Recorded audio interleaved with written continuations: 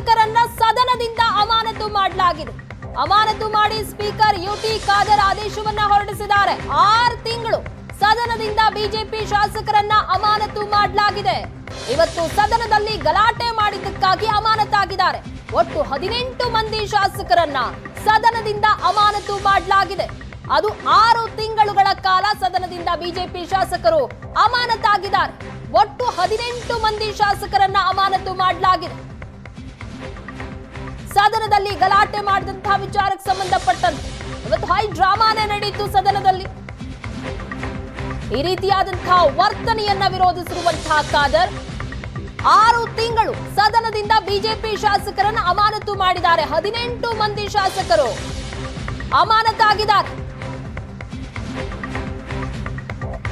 ವಿಧಾನಸಭೆಯಲ್ಲಿ honey trap ವಿಚಾರ ಸಾಕಷ್ಟು ಸಂಚಲನ ಸೃಷ್ಟಿ ಮಾಡಿತ್ತು. ಇದೇ ವಿಚಾರಕ್ಕೆ ಸಂಬಂಧಪಟ್ಟಂತೆ ಗಲಾಟೆ ಮಾಡಿದ್ರು ಬಿಜೆಪಿ ನಾಯಕರು. ಇದರಿಂದ ಸಿಟ್ಟಿಗೆದ್ದಂತಹ ಖಾದರ್ ಅವರು 6 ತಿಂಗಳು ಸದನದಿಂದ ಬಿಜೆಪಿ ಶಾಸಕರನ್ನ ಅಮಾನತು ಮಾಡಿದ್ದಾರೆ. ಅದರಲ್ಲಿ 18 ಮಂದಿ ಶಾಸಕರಿದ್ದಾರೆ. ಅಮಾನತು ಮಾಡಿ ಸ್ಪೀಕರ್ ಯುಟಿ ಖಾದರ್ ಆದೇಶವನ್ನು ಹೊರಡಿಸಿದ್ದಾರೆ.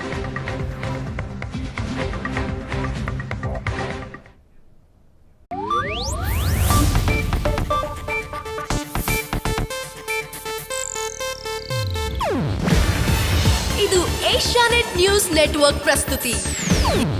ನೀವು ನೋಡ್ತಿದ್ದೀರಾ ಏಷ್ಯಾನೆಟ್ ಸುವರ್ಣ ನ್ಯೂಸ್.